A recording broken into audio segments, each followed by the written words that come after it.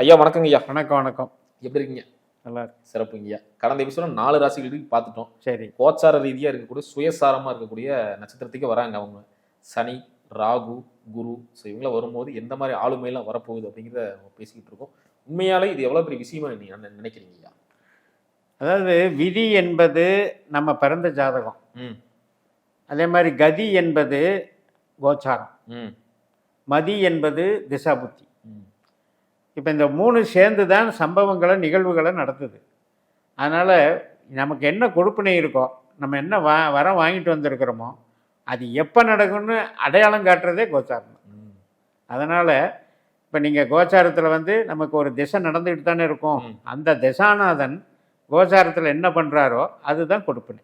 நம்ம ஜாதகத்தில் என்ன வரம் வாங்கிட்டு வந்திருக்காரு, அந்த விதி கொடுப்பினையை செயல்படுத்தி கொடுக்கக்கூடிய சர்வ வல்லமை கோச்சாரத்துக்கு உண்டு. இப்போ ராஜயோக தசை நடக்குதுன்னா ராஜயோகமாக அவர் இருக்காரா அப்படிங்கிற.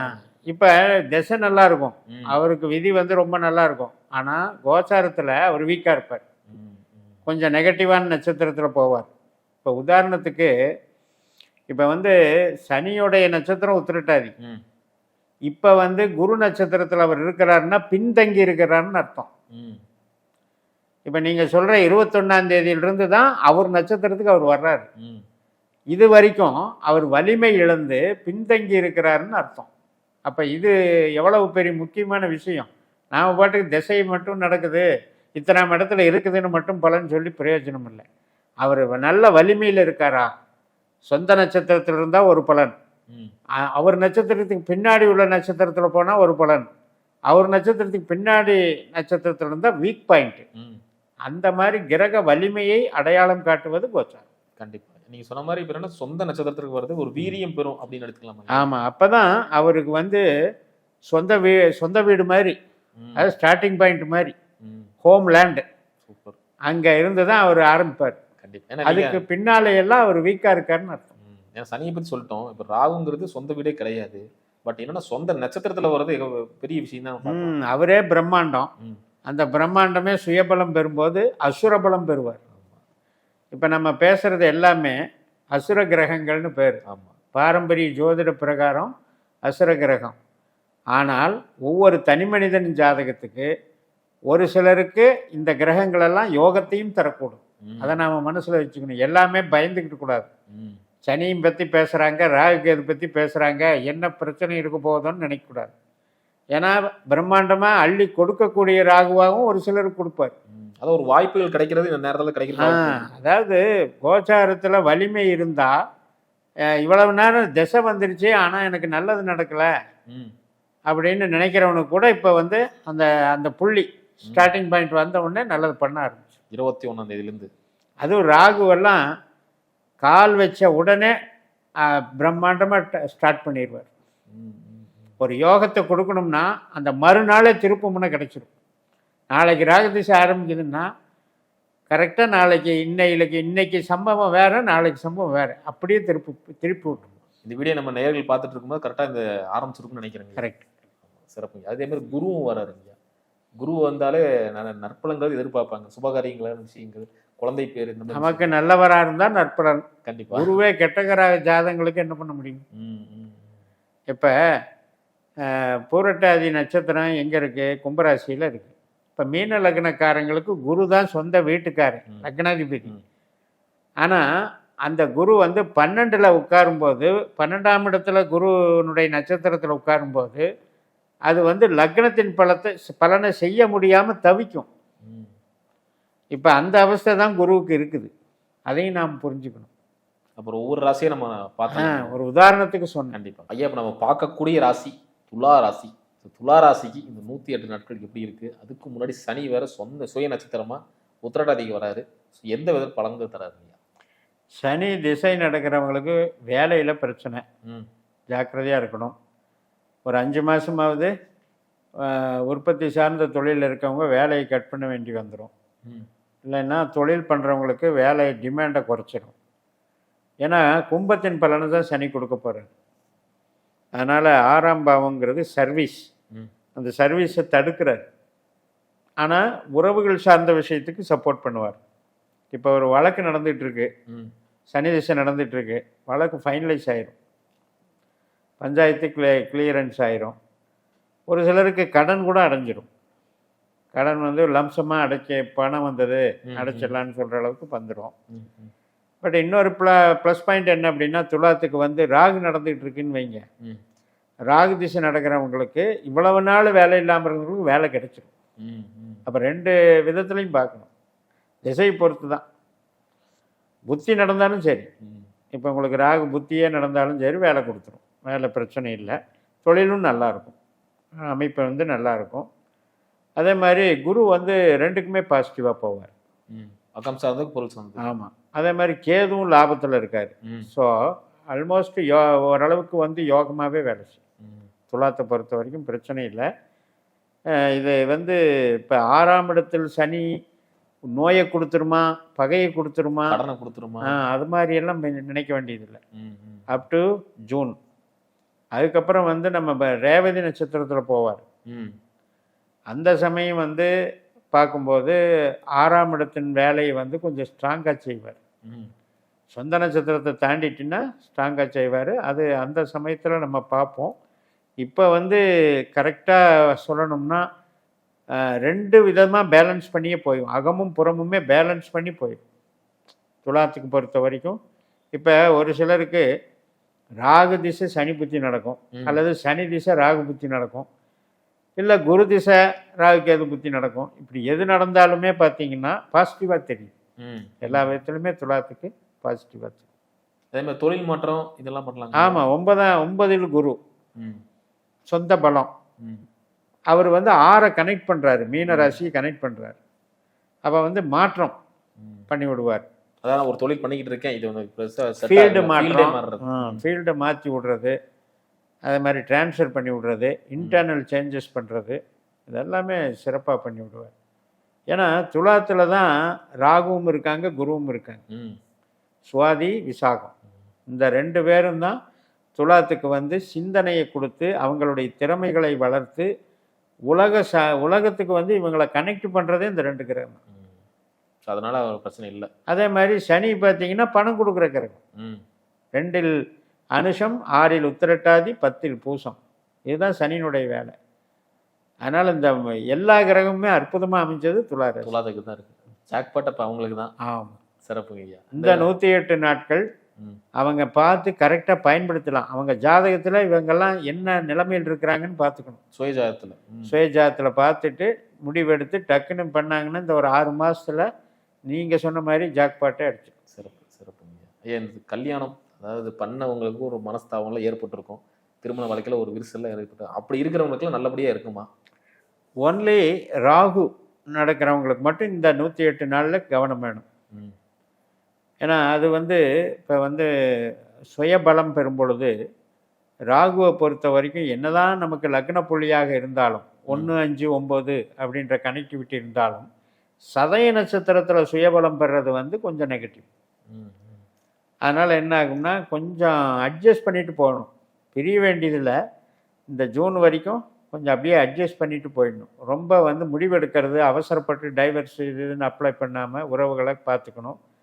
இப்போ சில பேர் பார்த்திங்கன்னா குழந்தை பிறப்புக்காக ட்ரை பண்ணிகிட்ருப்பாங்க. அவங்களுக்கு சில விஷயங்கள் வந்து தடைகள் பண்ணுறதுக்கு வாய்ப்பு இருக்குது. ஸோ அந்த மாதிரி பண்ணுறவங்க இந்த பீரியடு முடிஞ்சு பண்ணிக்கலாம். இந்த 108 நாட்கள் முடிஞ்சு பண்ணிக்கலாம். அஞ்சல் ராகுங்கிறது தான் நம்ம முன்னோர்கள் நாகதோஷம். ஆமாம். அப்போ அது மாதிரி பண்ணுவோம். சில பேருக்கு பார்த்திங்கன்னா பேராசை. 5ஆம் இடம் என்பது ஆசை, 11ஆம் இடம் என்பது அபிலாஷை தான். அங்கே கேது உட்கார்ந்துருக்காரு. இந்த 2 பேர் என்ன பண்ணுறாங்கன்னா தூண்டி விட்டு வேடிக்கை பார்க்க. இப்போ இவங்க ஜாதகத்தில் கெட்ட ராகுவாக இருந்ததுன்னு வைங்க, ராகு வந்து பொட்டன்ஷியலி நல்லவர் தான், ஆனால் இவங்க ஜாதகத்தில் 8, 12 தொடர்பாகி கெட்டவராக இருந்தால் இந்த சமயத்தில் என்ன ஆகும்னா அவமானப்பட வைக்கும், ஆசைகளை நிராசையாக்கும், மற்றும் மிகப்பெரிய ஒரு வீழ்ச்சி சந்திச்சு. 5ஆம் இடம்னு நம்ம லேசாக சொல்லிகிட்டு இருப்போம், ஆனால் அது கெட்ட ராகுவாக மாறும்போது அசிங்க அவமானத்தை கொடுக்கும். அதில் கவனமாக இருக்கும். ஆனால் இவங்க சுயஜாதகத்தில் இப்போ வந்து சதயத்திலே வராரு, சதயத்தில் வந்து வீரியம் தான் பெறாரு. சுயஜாதகத்தில் 8, 12 தொடர்பு இருக்கிறவங்களுக்கு தான் நான் சொல்கிறேன். 8ங்கிறது இப்போ உதாரணத்துக்கு நீங்கள் இப்போ திருவோணத்துலேயோ ரோகிணியிலையோ அஸ்தத்துலேயோ ராகு இருந்தாருன்னு வைங்க, அது கடுமையான கிரகண தோஷம். எனக்கு கோச்சாரத்தில் நல்லா இருக்காரு அப்படின்னு நாம் நல்லது நினைக்கக்கூடாது. இந்த சமயத்தில் நம்ம கெட்ட ராகுவாக இருக்காரு, அவர் வலிமை பெறுகிறாருன்னு எடுத்துக்கணும். நமக்கு 4, 8, 12 கனெக்டிவிட்டி, அவர் வந்து 5ஆம் இடத்துல வலிமை பெறுகிறாரு, மகரத்தின் பலனையும் சேர்த்து செய்கிறாரு. அப்போ 5ன்ற சந்தோஷத்தை கெடுக்கிறாருன்னு எடுத்துக்கணும். இந்த குருவோட டிரான்சிட் எப்படிங்க? குரு வந்து சுயபலம் 9ஆம் வீடு, அடிஷ்னலாக 6ஆம் வீட்டை செய்கிறார். ஸோ இது எப்படி இருக்குன்னா, நீங்கள் சொன்ன மாதிரி இடமாற்றம், அடுத்தடுத்த அக்கௌண்ட்ஸில் இருக்கவங்களுக்கு 9, 6 கனெக்டிவிட்டி அற்புதமாக பேசும். அக்கௌண்ட் செக்ஷன் மற்றும் வந்து இப்போ நீங்கள் வெளிநாடு தொடர்பு, வெளியுறவு தொடர்பு, ஏன்னா மீனம் வந்து வெளிநாடு ஸ்தானம், காலச்சக்கரத்துக்கும் 12ஆம் இடம், வெளிநாடு வேலை வாய்ப்பு, அதே மாதிரி படிப்பில் வந்து போட்டி தேர்வுகளில் ஜெயிக்கிறது, பிஹெச்டி பண்ணுறாங்க இல்லையா, அது அசைன்மெண்ட் பண்ணி அவங்க வந்து அதில் சக்ஸஸ் ஆகிறது, எல்லாமே சிறப்பு. இந்த அதே மாதிரி திருமண யோகம் இப்படிங்க இருக்கு. திருமணஸ்தானத்துக்கு இது வந்து எதுவுமே கெடுதல் இல்லை. 7ஆம் இடமான மேசத்திற்கு 3ல் குரு, 11ல் ராகு, 12ல் சனி கூட கும்பமாக வேலை செய்கிறதுனால லாபமும் மாறிடுறாரு. சுபகாரம் நடக்கிறது பாசிபிள் இருக்கு, யாராலும் நடக்கும். சிறப்பு. எந்த 3 திசையில், இந்த கேதுவையும் சேர்த்து 4 திசையில் புத்தி நடந்தாலும் அந்தரம் நடந்தாலும் இவங்களுக்கு திருமணம் கண்டிப்பாக பண்ணி கொடுக்கும். சிறப்பு. அதே மாதிரி ஒரு இன்வெஸ்ட்மெண்ட் பண்ணி ஒரு பிஸ்னஸ் ஸ்டார்ட் பண்ணலான்னு இருக்கிறவங்களுக்கு இந்த காலத்தில் பண்ணலாமா? அதாவது இப்போ 10க்கு வந்து நம்ம கணக்கெடுக்கும் பொழுது துளாராசிக்கு 10ஆம் இடம் அப்படின்னு எடுத்தால் கடகம். இப்போ பாருங்க, கடகத்திலிருந்து 8ல் ராகு இருக்காரு, 12ல் குரு இருக்காரு. இதை கொஞ்சம் பெக்யூலியராக கவனிச்சுக்கணும். இப்போ சனி 9ல் இருக்குன்னு நம்ம அசால்ட்டாக இருக்கக்கூடாது. அவர் 8ஆம் பலனையும் சேர்த்து செய்வார். யாருக்கு? 10ஆம் இடத்துக்கு. நீங்கள் துலாமுக்குன்னே கணக்கு வச்சுக்கூடாது. தொழில்னு கேட்கும்போது அந்த தொழில் சம்மந்தப்பட்ட பாவத்துக்கு போயிடணும். அப்போ கடகத்துக்கு வந்து அந்த 10ஆம் இடம் சொந்த தொழில் அப்படின்ற ஒரு பிரச்சனை, ப்ரொமோஷன் அப்படின்ற ஒரு பிரச்சனையில் அந்த 10க்கு 8, 12 வேலை செய்கிறதுனால அவங்களுக்கு திசாபுத்திகளை பார்த்து தான் தொழில் பலத்தை கொடுக்கும். அதனால் புதிய முயற்சிகள் அப்படிங்கிறது இல்லாமல் ஆல்ரெடி போயிட்டு இருக்கிறத கரெக்டாக பண்ணிட்டு, அதான் பெரிய இன்வெஸ்ட்மெண்ட் எல்லாம் முதலீடே எல்லாம் வேலை பார்க்குறவங்களுக்கு பாதிக்காது. தொழில் பண்ணுறவங்களுக்கு புதுசாக ஆரம்பிக்கிறவங்களுக்கு மட்டும் கொஞ்சம் எச்சரிக்கை. முதலீடு கொஞ்சம் கம்மி பண்ணிக்கணுங்களா? ஆமாம், முதலீடு கம்மி. அது என்ன பண்ணும் அப்படின்னா, 5ஆம் இடம் என்பது ஸ்கோப் இல்லாமல் பண்ணிடும். இப்போ நான் இந்த இடத்துல பேக்கரி போடலான்னு நினச்சேன், போட்டு எல்லாம் ரெடி பண்ணும்போது கடைசியில் இடத்துக்காரருக்கு எனக்கும் பிரச்சனை வந்துடுச்சு, காலி பண்ணி சொல்லிட்டாரு. ஏதோ ஒன்று இப்படி வந்து க்ளோஸ் பண்ண வச்சு.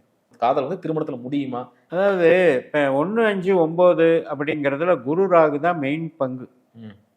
இந்த குரு ராகு வந்து அவங்க ஜனன ஜாதகத்தில் நல்லா இருந்து திசாபுத்தி நடக்கணும். அது நடந்தது அப்படின்னாலும் சுக்கிரன் கேதுவோட தொடர்பு இருந்தாலும் காதல் திருமணம் சக்ஸஸ் ஆகும். அதில் ஒன்றும் பிரச்சனை இல்லை. இந்த நீங்கள் ஜென்ரலாக பொதுவாக கேட்கக்கூடிய இந்த கோசாரம் அப்படின்னு வச்சு பார்க்கும்போது இப்போ சனி புத்தியே கூட சப்போர்ட் பண்ணுது, ஒன்றும் பிரச்சனை இல்லை. குரு புத்தியும் சப்போர்ட் பண்ணுது, 9ல் இருக்குது, அதனால் அதுவும் சப்போர்ட் பண்ணுது. ராகு திசா புத்தி மட்டும் மைனஸ் பண்ணும். நாம் நினச்சிட்ருப்போம் 5ல் தானே ராகு இருக்கார், அதனால் திருமணத்துக்கு ஏதோ சப்போர்ட் பண்ணிடுவாரோன்னு. ஆனால் அவர் மகரத்தின் வேலையை செய்வதனால ராகு திசா புத்தி பண்ணுறவங்களுக்கு மட்டும் அது ஆகாது. ராகு தசாபதி நடக்கிறவங்க மட்டும் தடை பண்ணும், மற்றவர்களுக்கெல்லாம் சப்போர்ட். சிறப்புங்க. அதே மாதிரி இந்த துளாராசி இவங்களை வந்து அதிர்ஷ்டம் தரக்கூடிய, அதாவது பொருளாதார ரீதியாக அதிர்ஷ்டம் கொடுக்கக்கூடிய கிரகங்கள் இருக்கு. சனியை ரொம்ப நல்லா இயக்கணும், புதனையும் நல்லா இயக்கணும். அனுஷம், உத்திரட்டாதி, பூசம் இந்த 3ஐயும் வந்து நல்லா இயக்கணும். கருப்பசாமி, முனீஸ்வரர், அரச மரம், வேப்ப மரம், மகிழ மரம், இதெல்லாம் வந்து மரங்களை இயக்கி இது பண்ணிக்கிட்டு இருந்தோம்னா, அதே மாதிரி ஃபேன் போடலாம், ஃபேன் யூஸ் பண்ணலாம், வாயு பகவான் அதெல்லாம் வந்து இது பண்ணும்போது ரொம்ப அற்புதமாக வேலை செய்யும். இந்த நட்சத்திர நாட்களில் ஐயனாரையெல்லாம் வழிபடலாம். ஆஞ்சநேயர், ஐயனாயர், சாஸ்தா இதெல்லாம் வழிபடலாம். முன்னோர்களை வழிபடலாம் ஐயா. முன்னோர்கள் அப்படிங்கிறது வந்து கேதுவுக்கு வந்து, முன்னோர்களும் சனிக்கு வந்து இப்போ நம்ம என்ன எப்படி எடுத்துக்கணும்னா, இந்த துலாத்துக்கு பொறுத்த வரைக்கும் முன்னோர்களை குறிக்கிறவர் ராகு. 1, 5, 9 ராகு குரு. இந்த இதில் திசாபுத்தி நடக்கிறவங்களுக்கு முன்னோர்களுக்கும் கனெக்டிவிட்டி நல்லாயிருக்கும். அதே நேரத்தில் இப்போ வந்து நீங்கள் இப்போ சனியை பொறுத்த வரைக்கும் அதிர்ஷ்டம் தரக்கூடிய நட்சத்திரமாகவும் புதனையும் அதிர்ஷ்டம் தரக்கூடிய நட்சத்திரமாகவும் ப்ளூ கலரு க்ரீன் கலரு இதெல்லாம் ஆக்டிவேட் பண்ணணும். பண்ணாங்கன்னா நல்லா இருப்பாங்க. திருநள்ளாறு இதெல்லாம் போயிட்டு வரலாம். மதுரை, திருவெண்காடு, நாராயண ஜபம், பெருமாள் வழிபாடு இதெல்லாம் பண்ணுறவங்க சிறப்பாக. அதே மாதிரி துரதிர்ஷ்டம் தரக்கூடிய கிரகம் பார்த்தீங்களா? அது வந்து நமக்கு துலாத்தை பொறுத்த வரைக்கும் சூரியன் சந்திரன் மெயினாக பாதகாதிபதினு நம்ம எடுத்துக்கலாம் சூரியனை. அதே மாதிரி சூரியன் சந்திரன் செவ்வாய் நட்சத்திரம் தான் 4, 8, 12 இருக்குது. இப்போ இந்த சூரிய சந்திர திசை நடக்கிறவங்களும் கொஞ்சம் கவனமாக இருக்கணும். சூரியனுக்கு உண்டான நட்சத்திரம் கிருத்திகை, உத்திரம், உத்திராடம். சந்திரனுக்கு உண்டானது ரோகிணி, அஸ்தம், திருவோணம். இந்த 6 நட்சத்திர நாட்கள் இவங்க கவனமாக இருக்கணும். பிரச்சனைகள் அதிகம். இப்போ தண்ணிகளை கண்டன்னு சொல்லுவாங்க இல்லையா? ஆமாங்க. அதெல்லாம் இந்த ரோகிணிக்கு, இந்த துலாத்துக்கு 8ல் தான் ரோகிணி இருக்குது. ஸோ அதனால் பார்த்து போகணும். ஏன்னா காற்று ராசிக்கும் நீர் ராசிக்கும் பிரச்சனை உண்டு. அது ஒரு கணக்கு இருக்குது. இந்த மெயினாக வந்து 8ஆம் இடத்துல சந்திரன் அப்படின்னு வந்துட்டாலே அது வந்து நீர்நிலைகள் சார்ந்து அல்லது உடம்பில் நீர் உற்பத்தியின் மூலமாக வரக்கூடிய நோய்கள் சார்ந்து ப்ராப்ளம் பண்ணும். இந்த 6 நட்சத்திரங்களும் தவிர்க்கணும். அதை வந்து அதனுடைய வழிபாடுகளையும் அவாய்ட். சிறப்புங்க. ரொம்ப அற்புதமாக சொன்னீங்க. மீண்டும் அடுத்த காணொளியில் அடுத்தடுத்த ராசியில். நன்றி.